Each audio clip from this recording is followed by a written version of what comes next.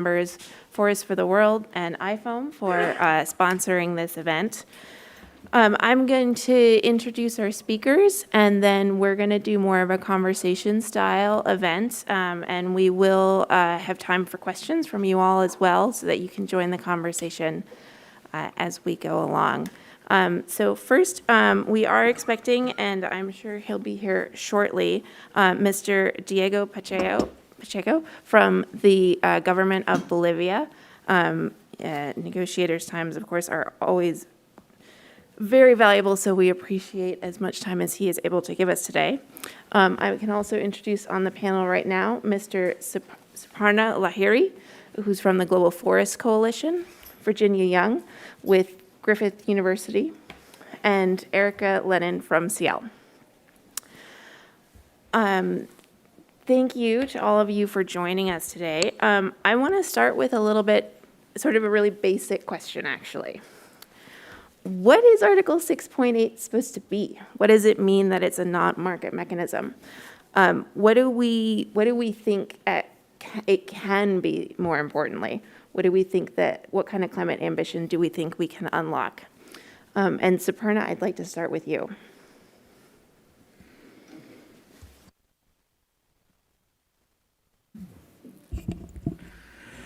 Thank you, Kelly, and thank you all for joining us in this side event. So, within the scope of Article 6, which unfortunately we refer to only as market, mechanism, without knowing, and perhaps right now some people at least know that there are paragraphs, Article 6.8 and 6.9, which does not talk about market-based mechanisms, as in 6.2 and 6.4, which is basically to us a very narrow carbon market-based carbon trading, ITMOs, restricted towards mitigation through ITMOs, carbon market-based and carbon trading. Rather than there is a mechanism also under Article 6, which we say 6.8 now, which is a non-market approach, clearly meaning that any activity arising of that approach will not result in generating credits or ITMOs which can be traded in the carbon market or otherwise. So that's the basic difference between 6.2, 6.4, and 6.8. And that, to us, enables both international cooperation and ambition and raising of ambition on both mitigation and adaptation.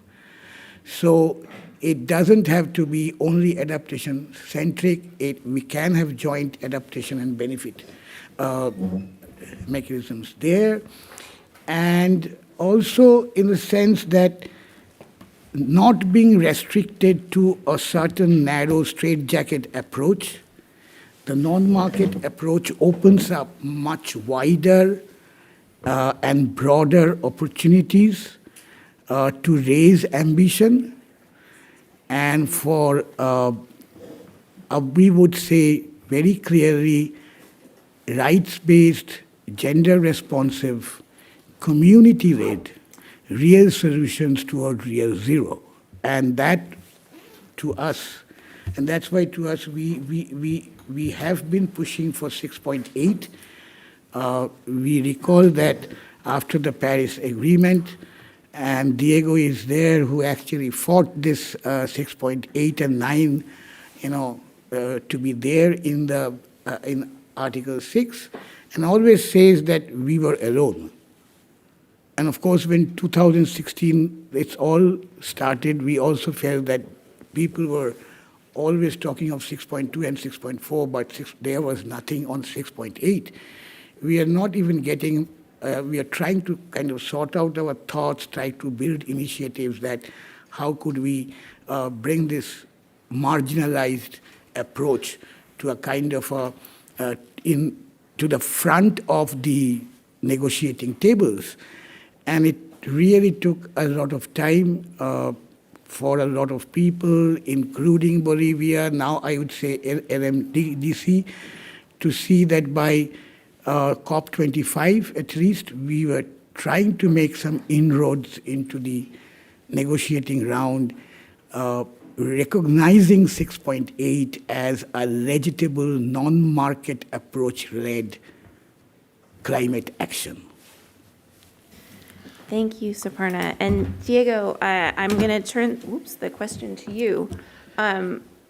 Because LMDC and Bolivia and you personally have put a lot of time into this mechanism. So why is it important to you? What do you think it can become when we're fully launched?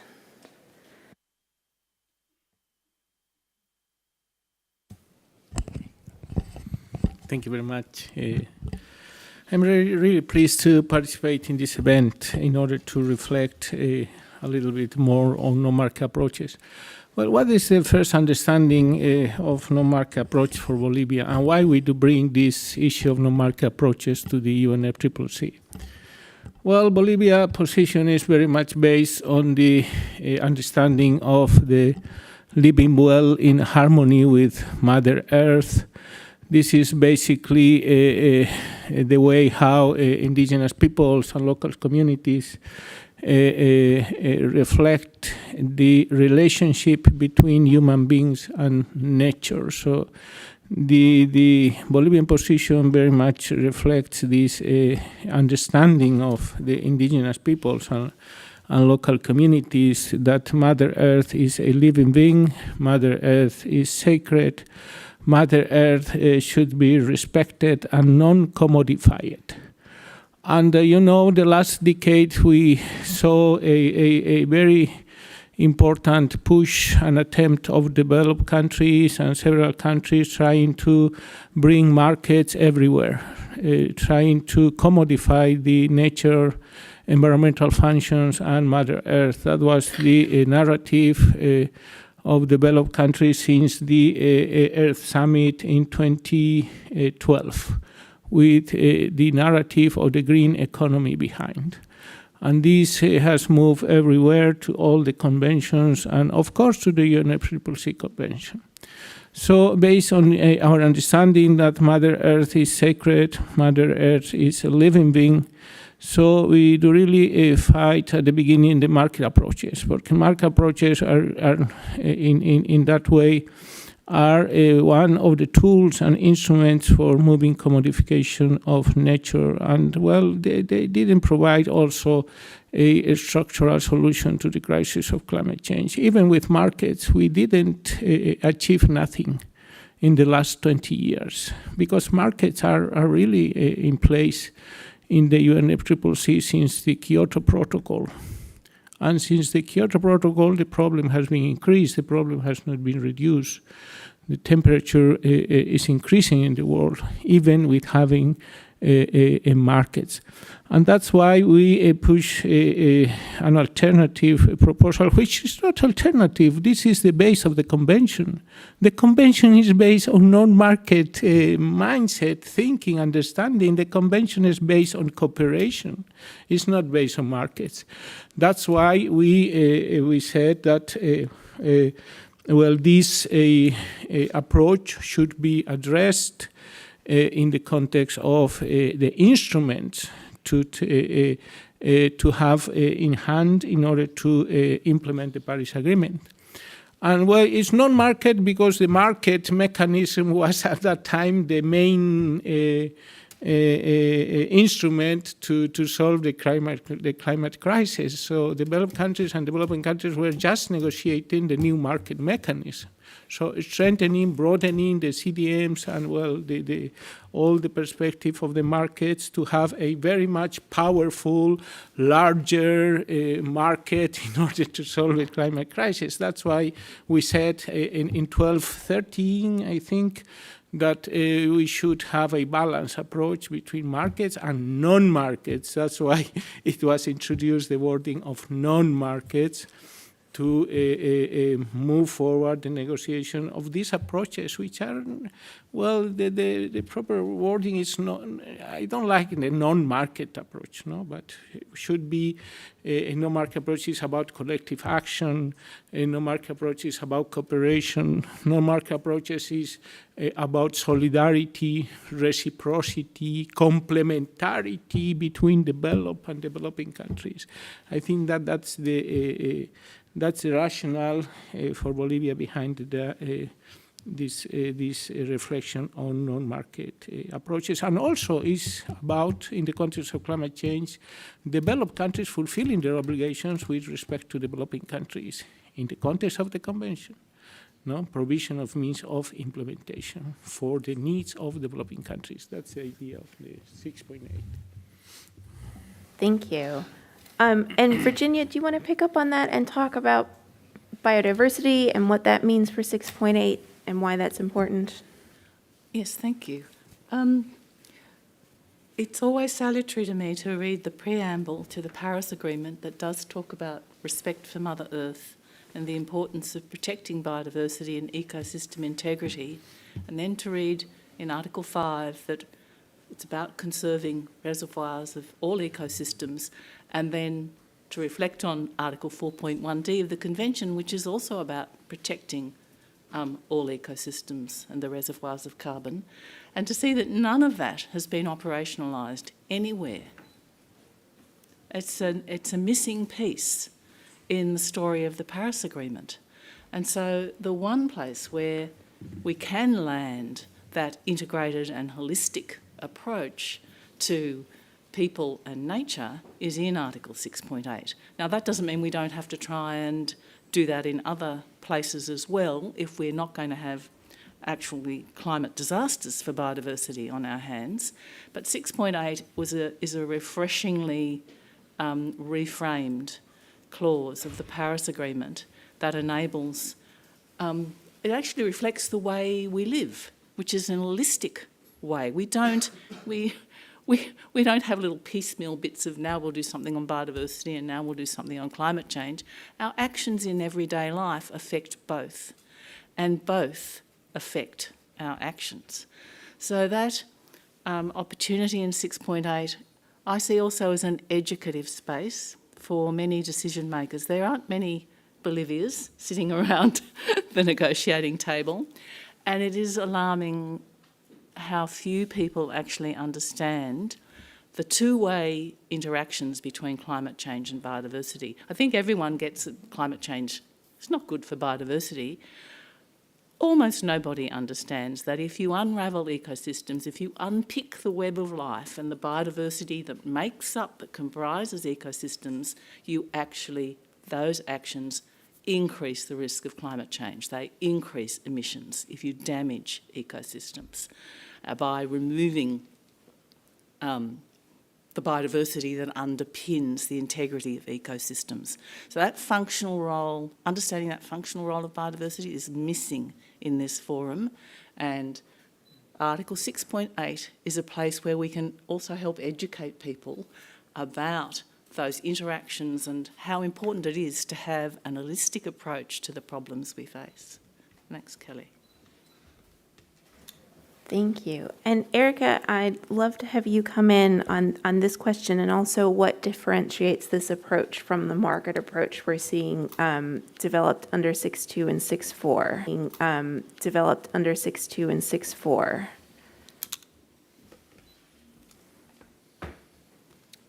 Thanks. Thanks, Kelly, and thanks, everyone. And I think picking up a bit on this question, to some extent, non-market approaches is just a fancy way of saying climate action, right? It's just like, it is all climate action, right? Like that we, under the Paris Agreement, under the UNFCCC, under human rights law, states have a duty to cooperate. You have a duty to help meet international human rights standards and international law through international cooperation, and that's fundamentally what in theory Article 6 should be about, is international cooperation. And the non-market approaches are sort of everything. It's all climate action. It's mitigation. It's adaptation. It's that we should be taking approaches together because the climate crisis isn't confined to one country. The biodiversity crisis isn't confined to one country. It's global.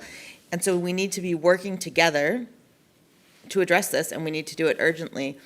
And that doesn't require markets. Certainly the markets aren't helping that. We're not going to offset our way to 1.5, to staying below 1.5 degrees, which is really what, if you look at the actions under 6.2 and 6.4 and market approaches, that's really what it is. It's offsetting. It's saying, you know, one country is likely contributing business or doing business as usual, burning somewhere, and then buying offsets in another country to say, that's what we're going to do. That's how we're going to do climate action. That's not increasing ambition. That's not getting us to 1.5 or staying below 1.5. It's just trading emissions around the world. And so 6.8 really offers an alternative and is a way to sort of say, here are the climate actions, here's we've identified, and for parties to identify and say, this is what we want to do, and these are the approaches we think we can take for mitigation, for adaptation, for intersectional approaches that will both combat climate change, protect ecosystems, respect human rights, respect the rights of indigenous peoples, and then creating a way for countries to identify that and then finance to come in. And so in many ways, it is just working with the other elements of the Paris Agreement for cooperation, for the provision of finance, to take these approaches and not doing it in a way that is allowing for business as usual, that's allowing for offsets, because that's not going to work. It hasn't worked. As Diego mentioned, you know, we've had things like this clean development mechanism for many years. We haven't seen benefits from it. It's largely caused more harm than good. It hasn't increased ambition. It hasn't kept global temperature rise. You know, we're at 1.1. It hasn't worked. And so taking this, and we can call them non-market approaches, but really fundamentally it's about climate action.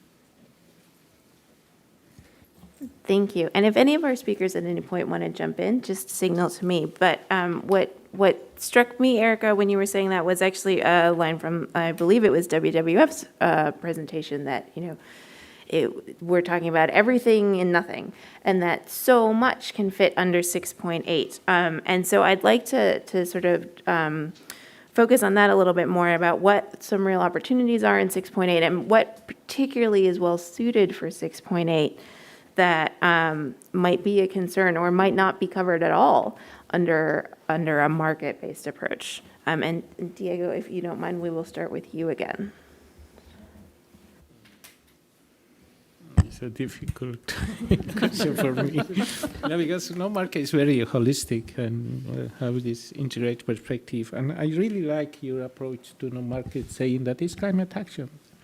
Yeah, because the markets are really diluting the responsibilities. The offsets are really giving away to skip out the commitments.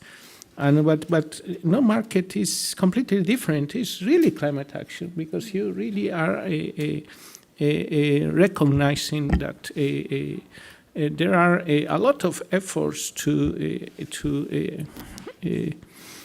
address climate action in different ways. So for me, well, I see the no-market approaches everywhere. Is in all the elements of the convention should be the basis for addressing climate change. However, some countries since the beginning push very hard for having these flexibility mechanisms to achieve their commitment. So is to having an instrument to dilute the responsibilities. But no markets is completely the opposite. It's just the recognition that people is making efforts at different levels, starting on the communities, to have a relationship with nature which is sustainable, and can really address, as India was saying now in the working group, a sustainable lifestyle. That's the idea, is recognizing that and supporting that sustainable lifestyle. And for me, well, these three focus areas that we have selected in Glasgow is one of the ways, but it's really restricting the holistic perspective of no-market approaches, because when we were discussing the no-market approaches in the context of the Paris Agreement, we were trying also to have a space and a scenario for other discussion that we have had very relevant in the last years in the UNFCCC, which is the forest discussion. So we have the REDD+ with a approach very addressing very much the payments. Well, for Bolivia, that was moving this perspective of the commodification of nature, and we did negotiate very successfully an alternative to REDD+ results-based payments with the joint mitigation and adaptation approaches. But, well, this decision was marginalized because, well, all the financial attempts were trying to move REDD+ and to connect REDD+ to the market. So they really marginalized the GMA, joint mitigation and adaptation approaches. And in the context of the Paris Agreement, this was one of the key areas for addressing joint mitigation and adaptation approaches, the non-market approaches. But now in the three focus areas that we decided in Glasgow, there is no connection between mitigation and adaptation. We still are working in silos. And the view of the no-market approaches is really to have an holistic and integrated perspective of climate change. But, well, when you discuss and you negotiate with developed countries, they have a different mindset completely. They really like to separate the world in silos. So they see mitigation and adaptation. They are not able to see that the life is both. At the same time, simultaneously, these are.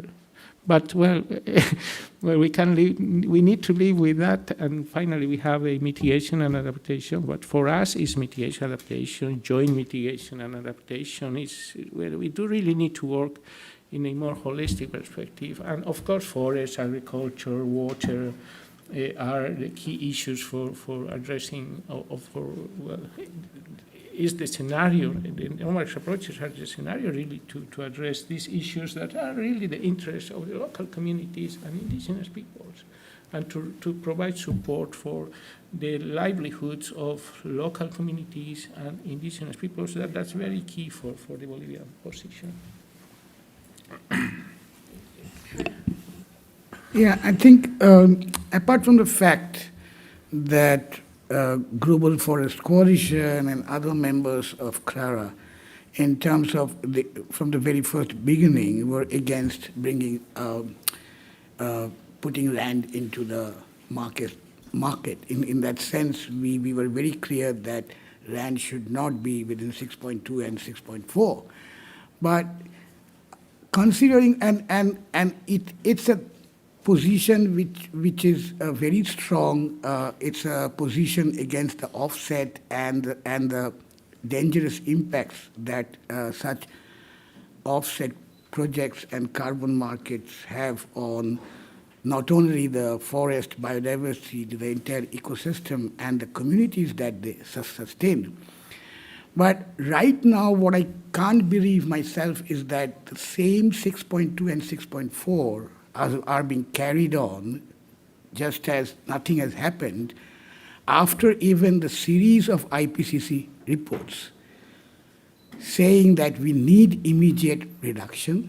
The carbon budget has come down to a certain level that we are saying there is no room for offsets. There is no room for carbon markets where you have only 520 gigatons of carbon left. And basically what we are seeing here is the developing countries and the developed countries are fighting over that carbon budget. Why is it so? And so in that sense, really whatever legitimate climate action is what we now unfortunately have to say that 6.8 on non-market approach, but it has to support community resilience, community adoption, and community-led initiatives to tackle climate change. And that's where the support needs, and not the corporate-driven, the dirty finance-driven carbon market, ITMOs, or related things, which has nothing to do with mitigating climate change at this point of time. There is no room for those kind of mechanisms, but within the UNFCCC, we are still seeing that those mechanisms are continuing because they are going to invent, and they've invented new mechanisms to kind of to sustain this kind of things like net zero. And what is net zero if you don't have offsets? So the corporates are going to be using offsets more and more, and the voluntary carbon market is going to drive that in the name of net zero. We want real solutions. We want to move towards real zero, and net zero doesn't mean anything to us at this point of time. And so those should be considered outside of, again, I'm saying, legitimate climate actions.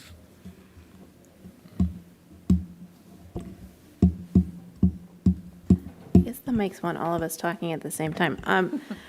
Thank you, Souparna. And I think that's a really powerful point about how late this is and how every report from the IPCC comes, hits harder because we are so late and so close to breaching that, the 1.5 threshold in the Paris Agreement.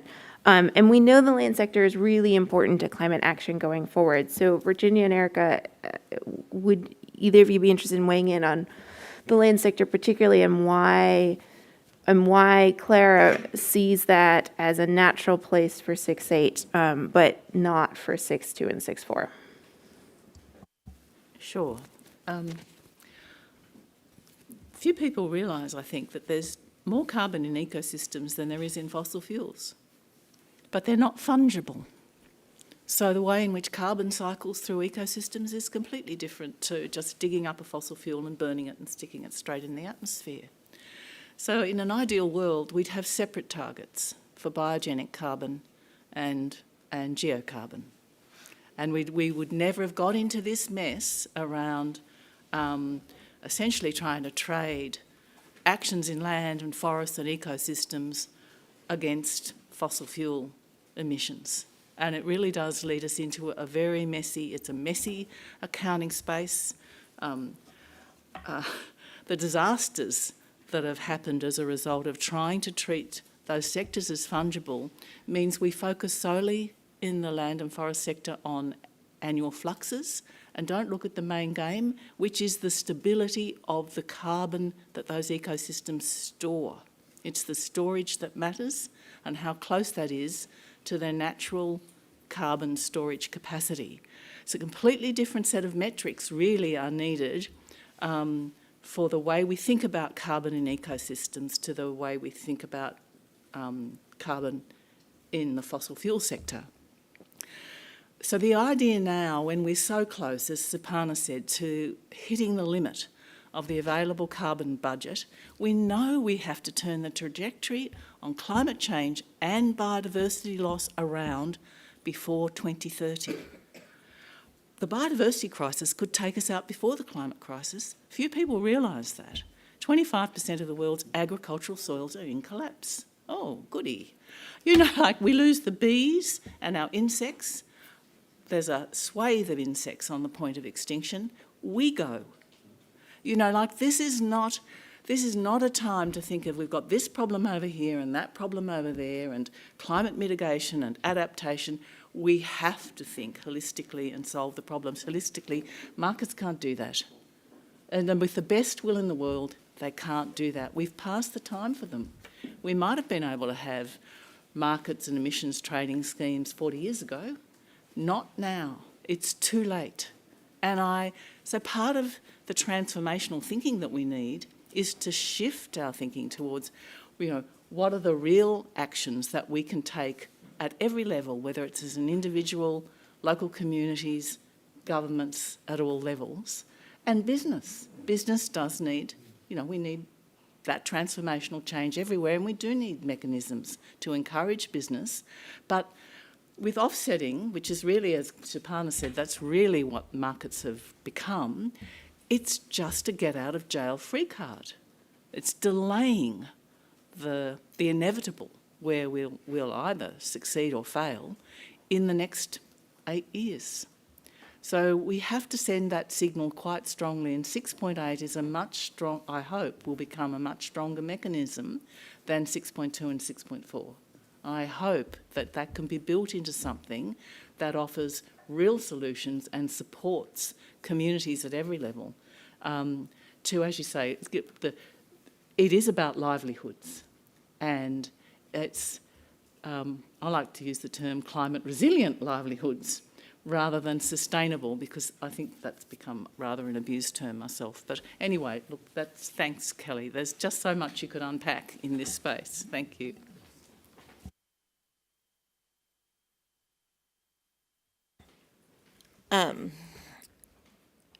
I agree with it, and I certainly can't speak to land as well as Virginia just did.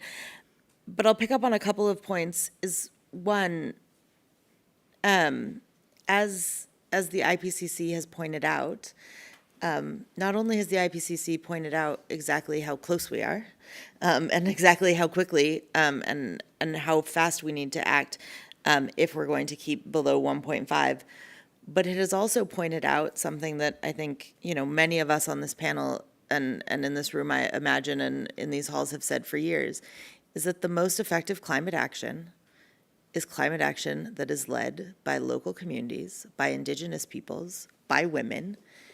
It's not top down, it's bottom up. And the IPCC has recognized that some of the most effective climate action is by those groups of people. And I think that this is one of the places where that can be done. 6.8 can be a place where we can look at where local communities, where Indigenous peoples, where women and feminist groups can say, here are actions, here's what we need. We need it from the community. We need it from the people on the ground, and not from companies, and they can contribute and fund those activities, but the activities should be designed by the people who are impacted and who know the land and know the areas the best.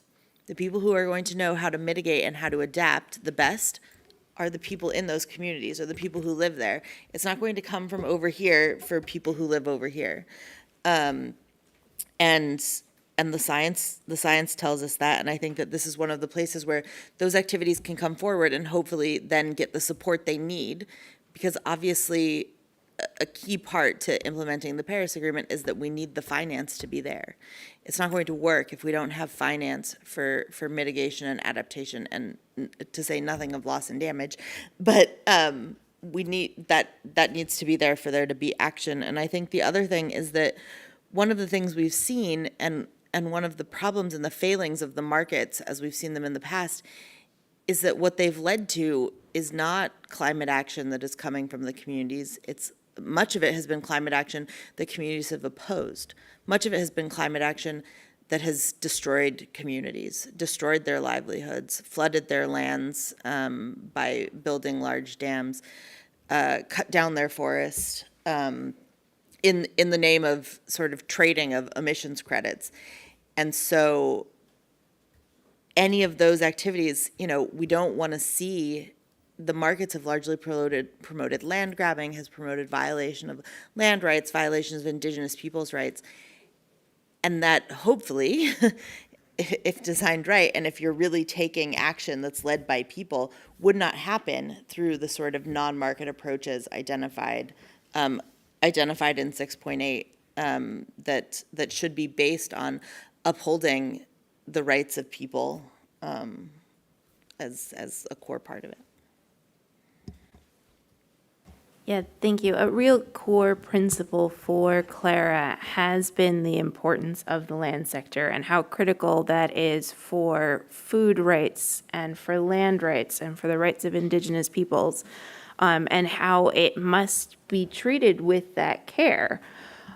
because of its central position. And so, yeah, we really see this approach, which would, be rooted more with communities, would not be driven by the need for a mitigation offset to be real potential. And to have that holistic piece that you were talking about, Diego, is that, when a community-driven adaptation plan is going to have a huge mitigation benefit, but it's not going to be well-suited to a carbon market to create an offset.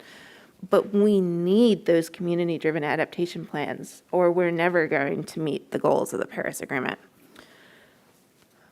I am gonna, does anybody else want to comment on that, or okay, I will start moving us along.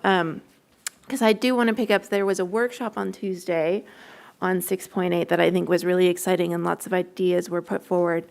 And one of the things that was in multiple, actually, proposals was this idea of a matching capacity, and that there would be, some sort of web-based registry for potential actions for countries to put forward ideas, whether in conditional NDCs or in projects, and that there would then be this sort of matching capacity with means of implementation. Can we talk a little bit more about what that is? Because that starts to get to sort of what an outcome would need to look like on paper for 6.8.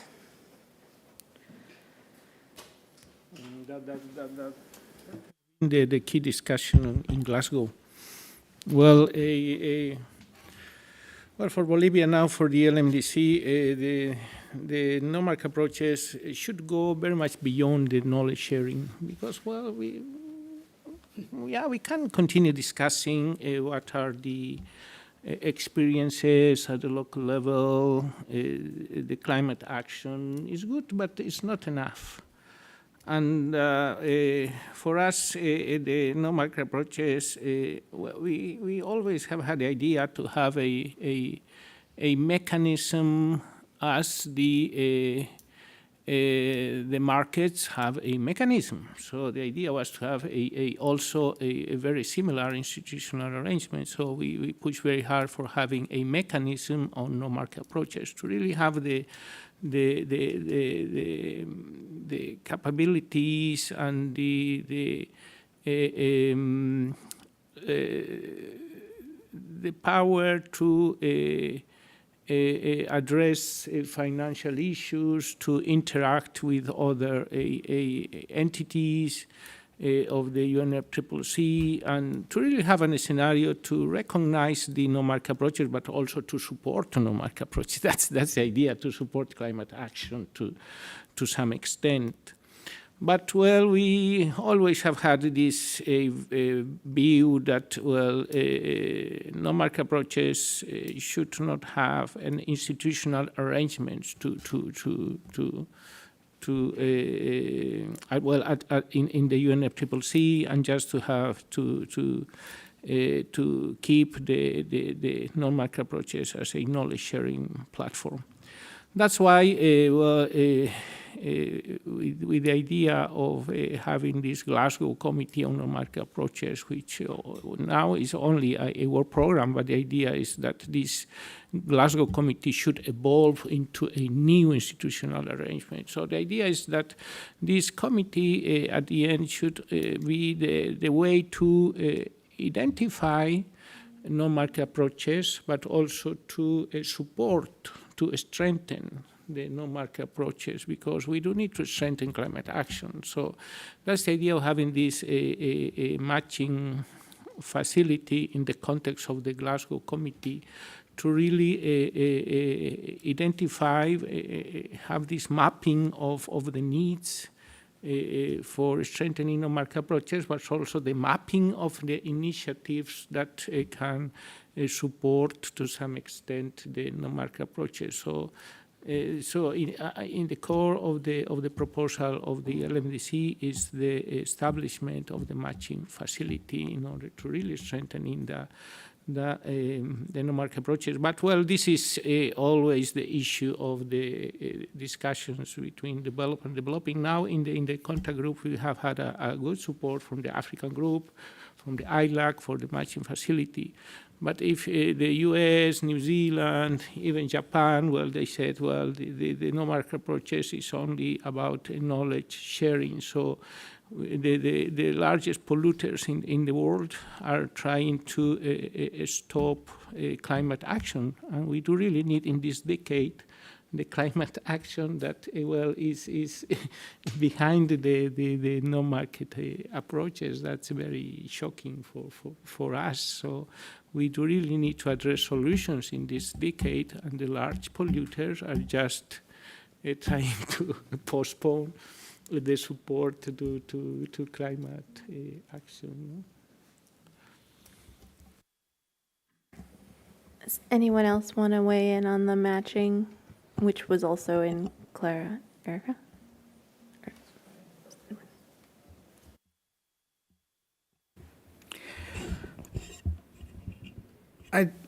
I think there were proposals, and we saw the submissions also.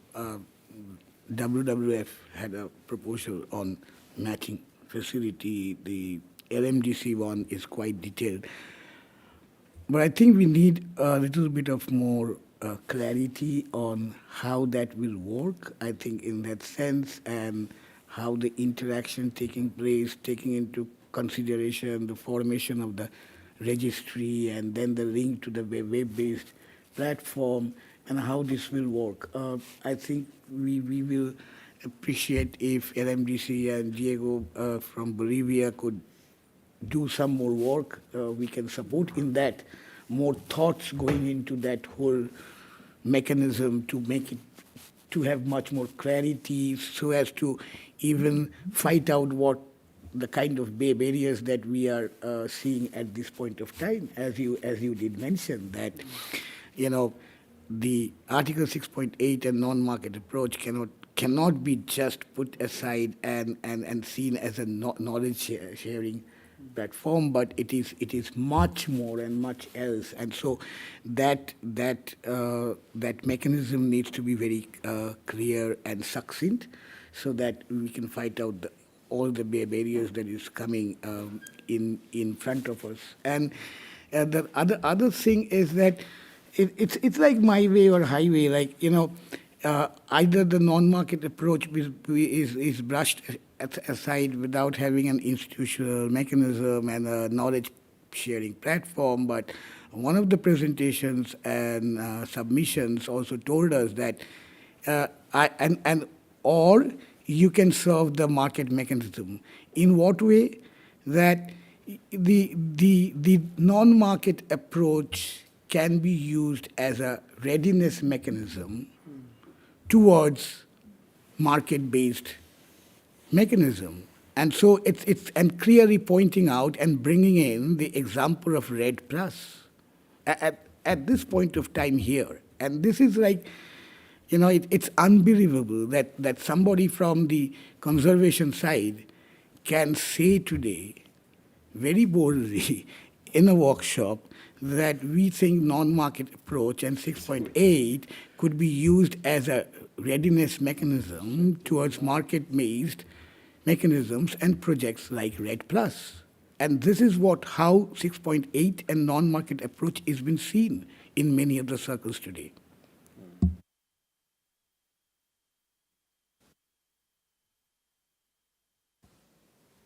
So just picking up on what Diego and Souparna have said, I think one of the things is that if all it is a website, if all it is a list of activities, that's a missed opportunity. Then it's just aggregating. It's just like taking like every climate project that has any international cooperation and being like, look, here you go. And sure, there can be value in then people being able to look at that and saying, oh, this was an activity that happened in Costa Rica, maybe it will work in Guatemala or somewhere else, and sharing ideas. But that's not necessarily enhancing action, that's just sharing information. And And so it would be a missed opportunity if all it was a list of existing projects, which I think is some of what we've heard in the room. And so really this idea, and I think it's one of the things that the Glasgow Committee can do, and what needs to be fleshed out under 6.8 is really how it could work as a matching facility and what that could look like. And in some ways it can be as simple as, here's a list of, here are the ideas, here's the entity that wants to do it, the community that wants to do it, the NGO, the local government, the country, like this is what it is, here's where it is, here's what the need is, here's the project description, and then here's how it, has taken into consideration ecosystem integrity, the rights of indigenous peoples, how they've done stakeholder consultation, how it's promoting gender equity and women's empowerment, how it's promoting the right to food, what the benefits are, and what we need. And then financiers, people who are able to fund, whether they be countries or companies or philanthropies, can look at that list and say, okay, here are projects that are coming from communities, that are coming from the ground, that need financing. What might I be able to finance? How much do they need? What can I do? And that can be a way of promoting international cooperation and doing the matching. And the matching can be somewhat that simple. And having someone who can say, here's the list, here's how you look at it, we'll put you in contact. And there are probably many, many ways to design it. I am not a web designer. Lawyers probably shouldn't be designing websites. But I think that if it's just a list of already existing activities, it's really not meeting the point or enhancing or taking the steps we need for climate action. Thank you. And I am going to open it up to the audience in just a second. So if folks have questions, please do indicate, and we have microphones that can go around. In the meantime, I think, Erica, you captured it really well, that it would be a missed opportunity not to take advantage of this to really catalyze action. So what is motivating the contributions and support offered through the mechanism? Again, we don't have to have all the answers now, but this is sort of the core of where we are with Paris right now, actually, is how do we drive the means of implementation, the support that is being committed to, that is necessary to meet the goals of the agreement. That's okay. We can start with Souparna if no.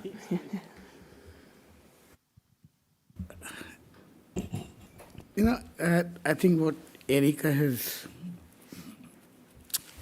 kind of laid out.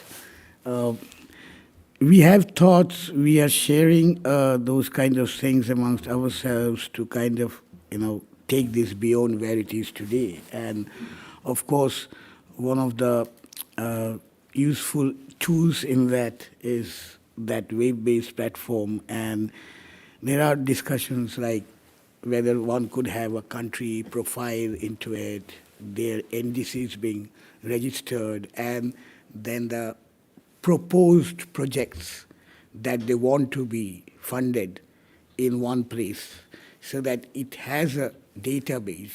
Anybody, and it has to be transparent so that and accessible so that anybody can get into it and see whether they are willing to go with those kind of projects. And then there are concerns like, what kind of projects that will come up, because would that be like monoculture plantations? No. Would that be huge CDRs like BECs? No.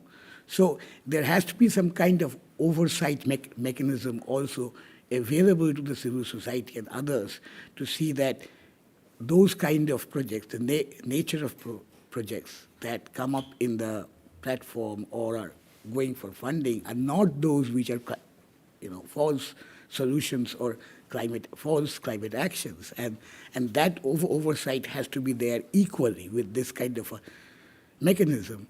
And then, of course, we will face that what are the safeguards, knowing full well that what we are talking of is a right-based, gender-responsive approach with its absolute rights ingrained into it, integrated into it in terms of going up to the extent of FPIC, specifically where the communities are concerned. But still, we need to have an oversight mechanism to see that those safeguards actually work, and the investor safeguards, the country safeguard mechanism, how it is operating. So it's a long way to go. I agree it's quite a way to go, but at least conceptually this can work. And this has to work.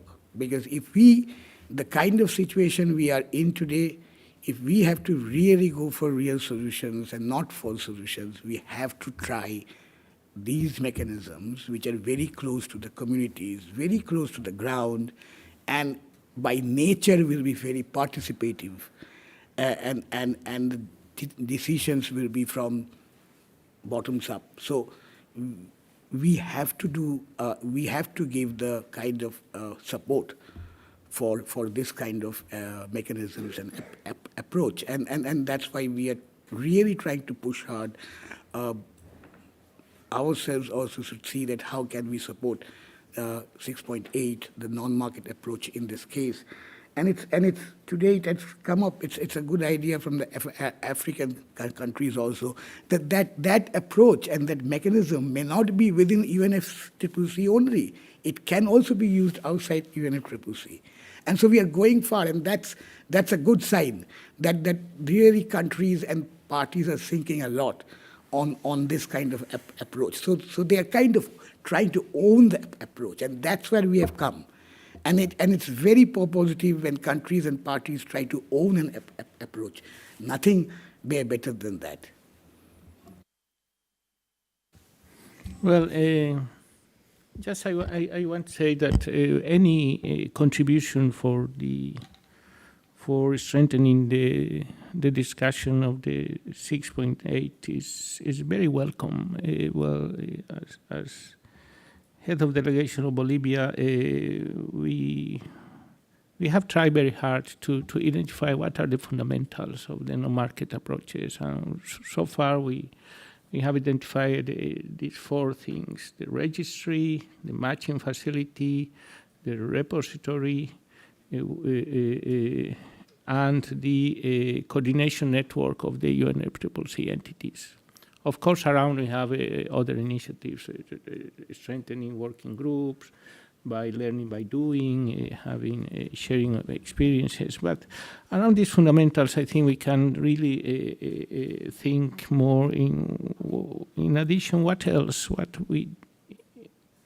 more we do need in order to strengthening non-market approaches and do not miss this opportunity. So, all contributions are very welcomed, and trying to really have a powerful instrument in the context of the UNFCCC to strengthen the collective action, the climate action. I think it is very key to have a scenario for including the views of even local communities, indigenous peoples. We do need also try to connect the initiatives that, for example, we need to create linkages between the non-market approaches and the indigenous peoples and local communities platform, for example, in order to really also strengthening the platform of indigenous peoples and to have a more a practical means also to enhance the discussion that are really having in the context of this platform, and also the linkages of no-market approaches with the capacity building, the technology mechanism. I think, we can move this step by step, but we need to move very quickly, because otherwise we are going to continue discussing, and the world just will reach the 2 degrees maybe or more. That's a problem. So we don't have too much time for really enhancing climate action. And the problem is that, developed countries are really moving very fast, trying to dilute their commitments and to move everything that is not mitigation outside the convention. And that is the problem, that they are really leaving all developing countries behind. And they are moving a narrative very risky for developing countries, very dangerous for the planet, and they will say, they are just thinking in their to save their interests and to exclude the world of collective action, solidarity, reciprocity from the UNFCCC. That's another problem that we are facing in the climate change negotiation process. So we need to really have this kind of important topics for the negotiations and really try to have something meaningful very quickly. Otherwise, we will continue talking and just talking and talking. Thank you. Yeah, time is definitely not on our side. I would like to turn it to the audience now to see who's got questions for any of our panelists. We've got mics on the side. I have other questions for our panelists, but I'm going to stall awkwardly and encourage you all not to be shy, because I know there are questions out there. I can say one thing as people think of questions. Could I Yeah. just jump in on one Please. thing? Just picking up on one thing while to give you all time to pick up questions.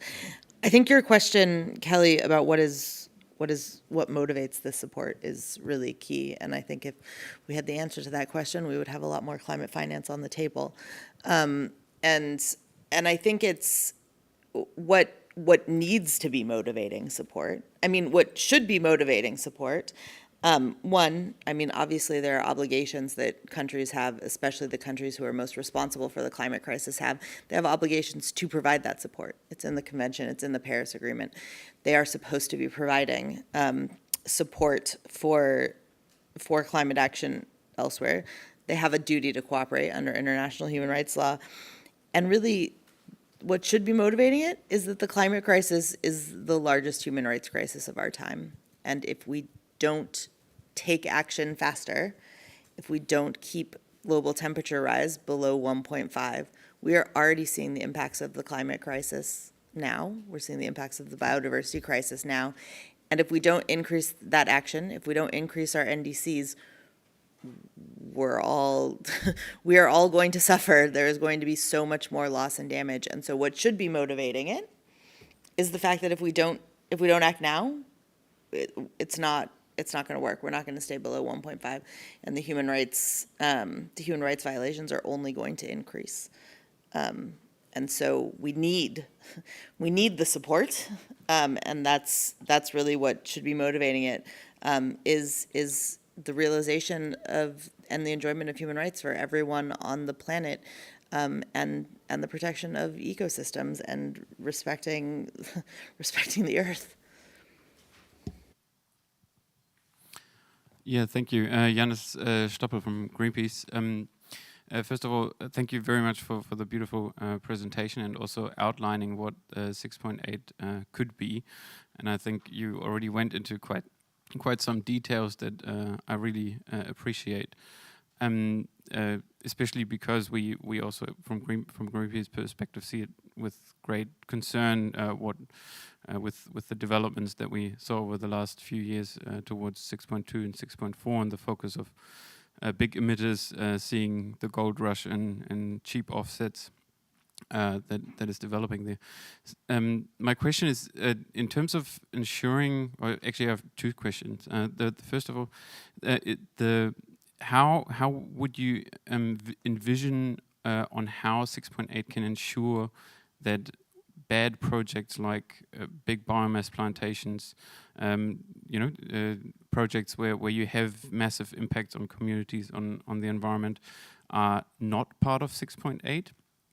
And the second question is in terms of the funding for 6.8. You mentioned your idea there with a platform where local communities can outline their proposal on a project, and others can jump in. But obviously, it is also up to big donor finance to make this work.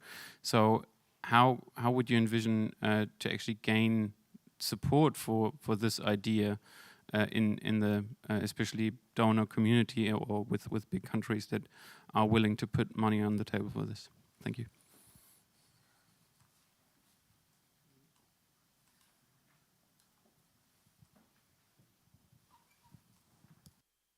Well, this is really a good point that, one of the issues that was not explicitly discussed in the workshop that we have had, but to some extent now the question is what are the projects or the programs or the initiatives that should be included into the framework for no-market approaches. And of course, I think there is the understanding that well, the first thing should be that no markets is not about profits. No, it's different.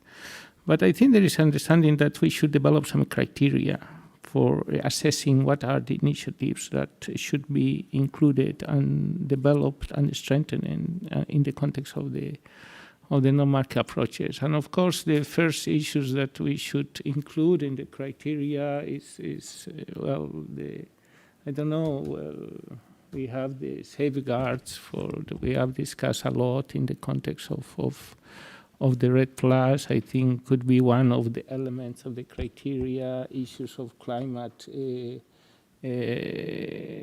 resilience, livelihood. So we can, I think, really address the key issues for enhancing no-market approaches in order to avoid that kind of other things that could be not necessarily related to a no-market approach.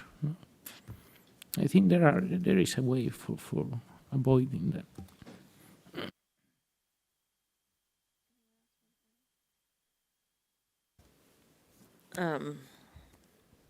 Yeah, I mean, I think it will be important to have criteria to prevent those types of bad projects from coming through. I think it should be based in human rights.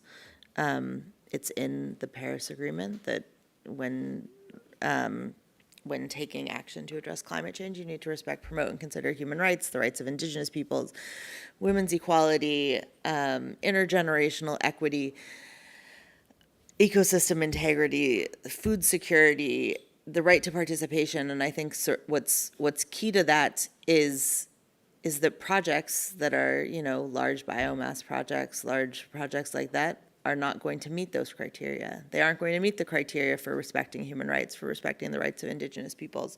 And so they shouldn't be funded. And so I think there does need to be that criteria, and it's laid out in some ways and can be laid out explicitly. I think one of the benefits of having a public registry or a public sort of listing of what projects are and how they've done some of that is one way of bringing accountability and oversight, because if it's transparent and people can see it, people can comment on it, people can say, this isn't, you're not going to get benefits from funding this project. You're not going to get the, kudos you think you're going to get as a company from funding this project that's violating people's rights.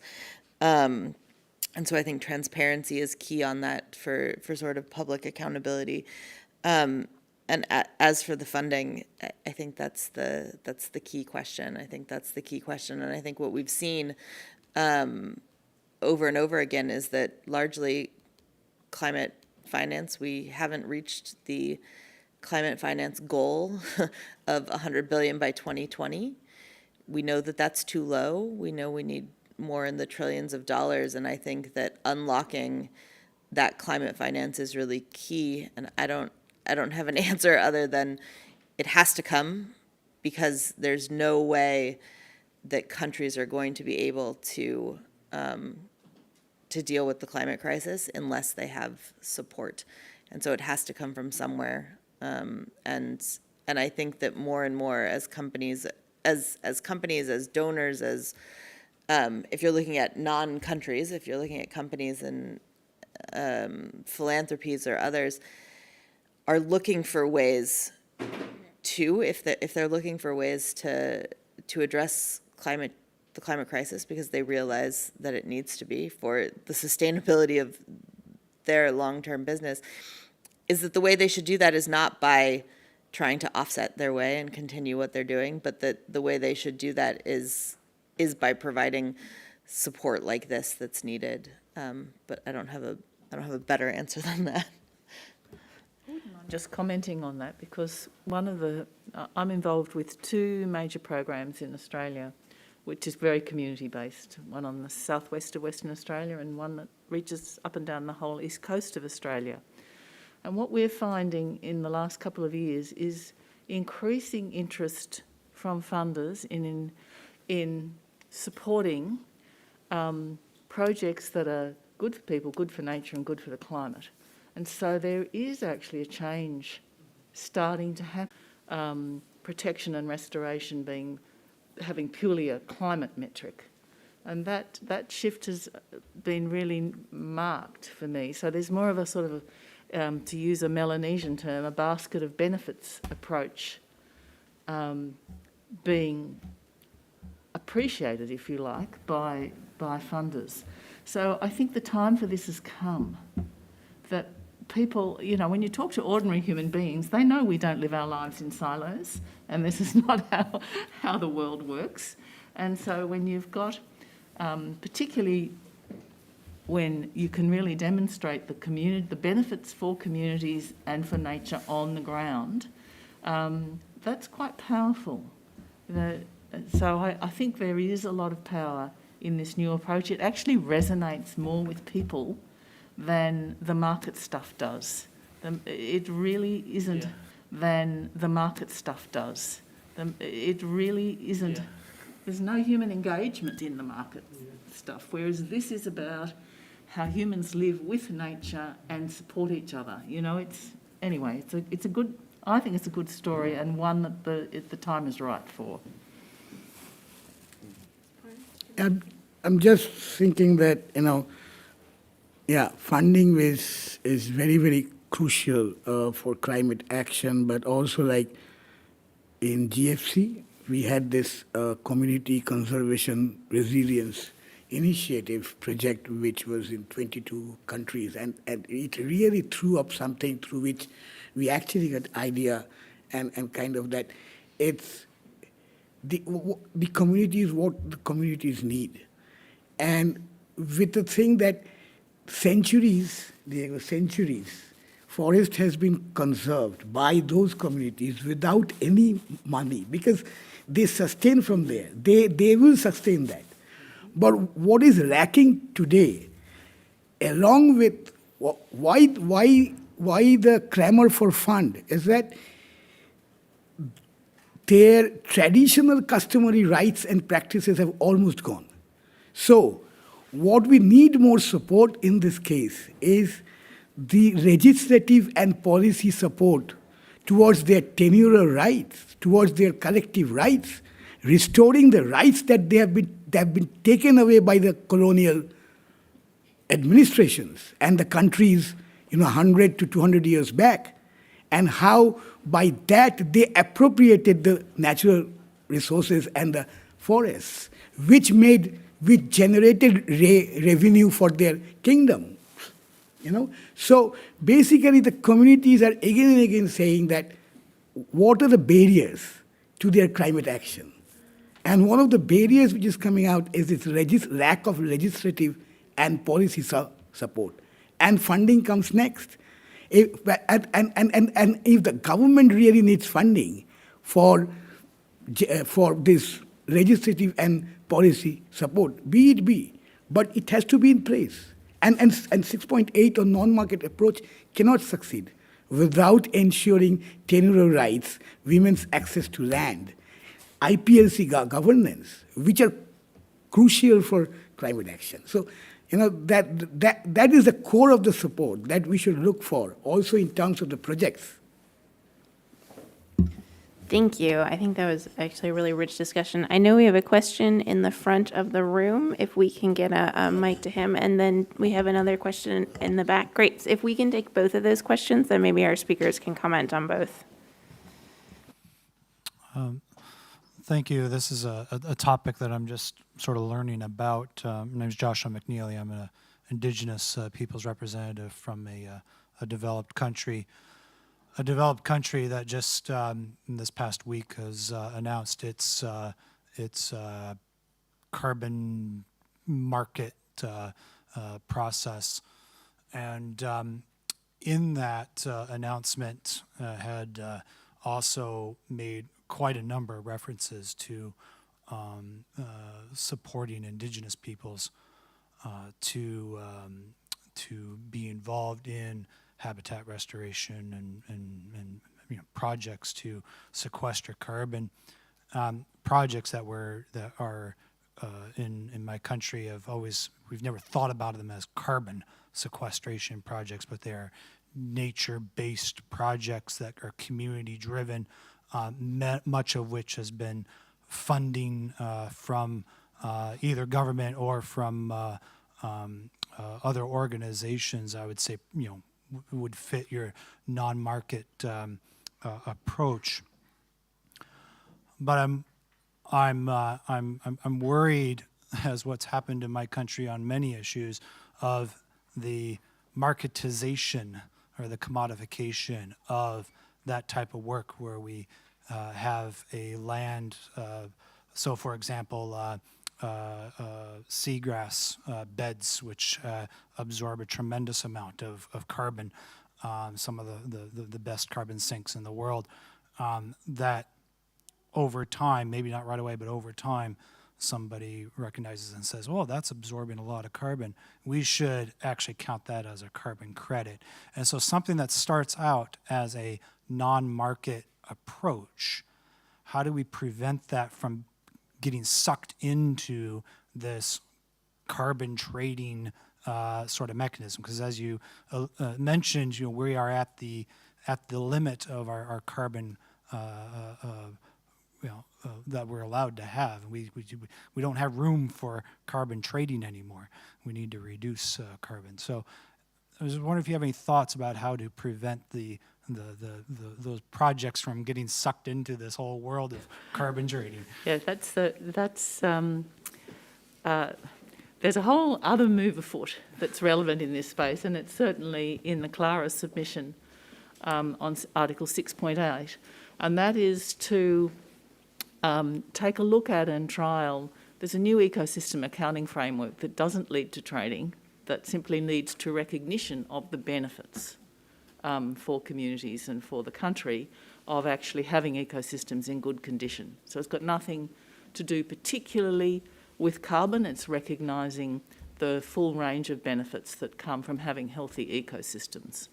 And it's been a new ecosystems standard developed by the UN Statistical Division. I can give you the reference for it if you like, but there are a number of countries now, and I'm not sure about Canada. I know the US is looking at implementing this new system. About 90 countries are looking at it, but it's into their national accounts. So the economic accounts of a country finally recognising that they have a major asset sitting there in their ecosystems, and the extent of that asset depends on how close they are to their natural condition. So that's the reference level for this accounting standard, which is unique. It's quite an important new system. It is still in some level of development and trial, and so this is potentially an opportunity through 6.8 to have an approach to ecosystem accounting that includes the carbon benefits, but it's not designed for trading, it's not designed for offsetting, it's designed to facilitate recognition that these things are of enormous benefit to us all, whether it's seagrass beds or old-growth forests or, you know, all the wonderful wetlands. I think you're from Canada, and and I work with the Mikisew Cree on the, you know, the wood buffalo World Heritage Area, which is a catastrophe in Canada with the removal. You know, anyway, that's a whole separate other story. But it's, you know, and that's because the ecological value is not properly recognised anywhere in just about any country's national accounts don't recognise that asset that every country has and how important it is to look after it. So that might be another pathway.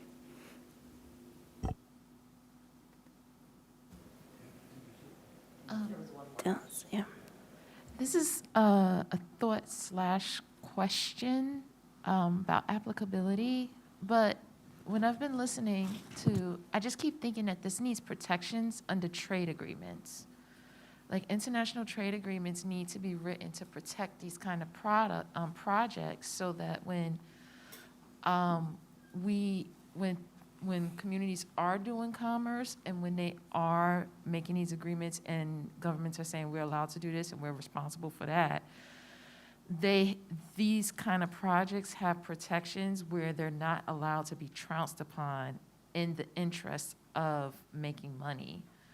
It's kind of, and I'm thinking about this because one of the things that's been problematic to me in trade agreements in our country, when we've been protesting oil and gas and the continued development of pipelines, they've hit us with, well, oil and gas companies have a protection where they wrote it into the agreement that if we stop their pipeline, we're still responsible for paying them expected profit, right?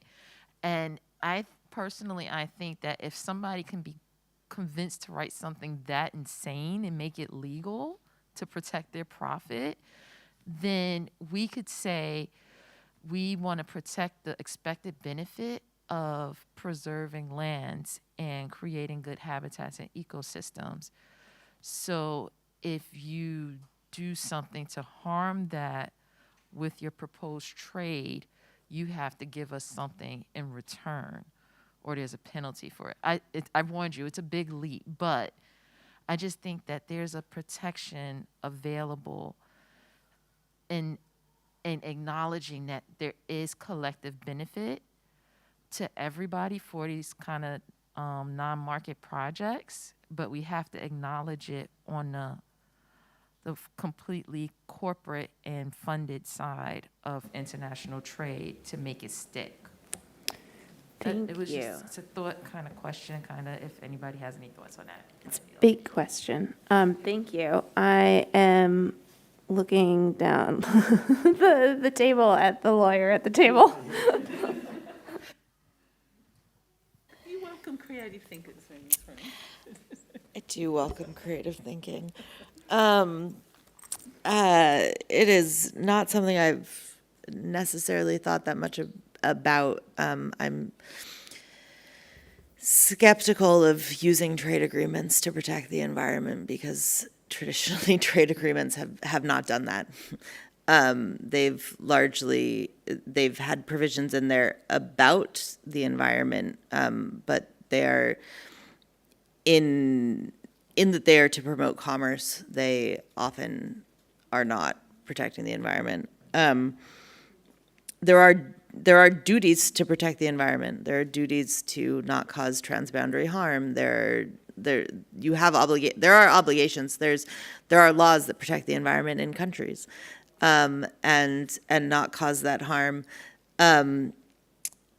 We could have an entire other session on the horrific nature of investor-state dispute settlement, which is what you're alluding to, which is the ability of companies under many bilateral investment agreements to bring international arbitration against countries when they aren't allowed to do their projects, when countries are trying to protect their environment, trying to protect people, and then a company sues or takes a country to arbitration to recoup the profits they thought they would benefit from that activity. And that is a lengthy long discussion about the awfulness of investor-state dispute settlement that we should get rid of and that needs to be discussed. But we don't have enough time for that here. But I think that, you know, one of the things to think about is not necessarily that we need, I mean, yes, there are places in which we need new laws, but we also have existing laws, and we need to enforce those laws. And there are laws about protecting the environment. There are laws about protecting human rights. There are laws about protecting the rights of indigenous peoples. And those need to be enforced, and those can't be put aside in the name of profit. As for the question about preventing from getting sucked into the markets, I think that's a really key question, and I think Virginia answered it better than I could. But I do think that one of the things to keep talking about and that needs to be heard by governments is that what needs to happen is that governments, particularly the developed countries, need to not, they shouldn't be relying on offsets. They shouldn't be like trying to commodify what is sequestering carbon. Like, yes, you may want to count that towards your NDC and say, what we're gonna help preserve this because that's going to be better climate action, but we're not going to use that then to offset our continued development of fossil fuels. They need to rapidly decarbonize, and they need to do it now. Because otherwise they're never going to achieve the goals that they've all agreed to strive to achieve of keeping temperature rise below 1.5. Thanks. And thanks everyone for the questions. I think it really speaks to the need for a different approach, and whether it's trade agreements or the market system, too often the wrong things are being incentivized and the wrong things are being protected. And one of the things that 6.8 and this non-market approach and the new facility that we were talking about standing up is to is to right that. And we've all talked about, you know, how close we are and how we need to do things differently, and that this mechanism will give us an opportunity to drive that badly needed climate action in a way that was in keeping with a human rights-based approach, that was getting the money where it needed to be to communities on the ground, and that is in keeping with the needs of biodiversity and the climate as well. I am going to give our panelists a chance to make some brief closing thoughts, and then we will thank everyone for joining us. Do we have brief? Souparna, do you want to have a closing thought? A lot of speaking has already happened. I think people are getting tired. But anyway, I think from our side, we try to open up our thoughts and what is going on when we think of non-market approach of 6.8 as it is in UNFCCC. We really feel that time has come to push the carbon markets out of the climate discourse. And the climate discourse has to be set by real climate actions, by standing by the communities, questioning the corporate takeover of climate policy and, negotiations within the confines of UNFCCC. Unless we do that, the carbon markets are going to sustain themselves, and it is our responsibility, and it is the climate justice movements that we align with. The time has come to throw these people out and completely throw out carbon markets from the climate discourse. And so hope that non-market approach, or whatever you call it, 6.8 within the Paris Agreement, creates a pathway for that, a new discourse coming in, which is not new. Again, I'm saying it was there, but it was just being kind of marginalized. So it rises from the phoenix, and so I think That's what we want.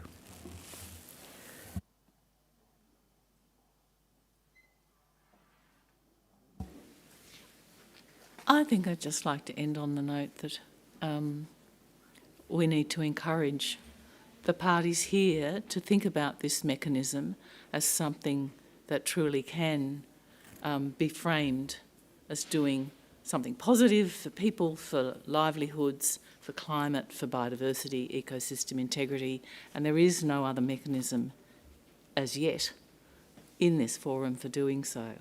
So instead of trying to limit it, look at how we should be encouraging people to look at how we can really make this fly as a way that gives people real hope that change is possible, that transformational change is possible, and that we can deliver climate action through supporting people and nature. That's a very different frame to the sort of the trade-offs frame that people have been brought up with in tackling climate change. And I'd really like this mechanism to help us step away from that notion of trade-offs to looking for solutions that achieve good for everything. Anyway, that's my final passing word. That's my goal. And I'll just say, I don't know that it's anything different than what I've said or than what my fellow panelists said, but we're not going to offset our way to 1.5. We need real action. We need zero fossil fuels. We need zero deforestation. And we need real action, and we need action that is rights-based, that's community-led, that's gender-responsive, because that's the most effective climate action. And there needs to be support for that, and there needs to be international cooperation, because we need to work together if we're going to achieve the goals of the Paris Agreement and keeping global temperature rise below 1.5. Thanks. And I know we didn't get to all the questions that were in the online system, for which we apologize, and so we will try to answer those through that chat system. But thank you so much, everyone, for coming, and we look forward to the continued discussion on 6.8. Thank you.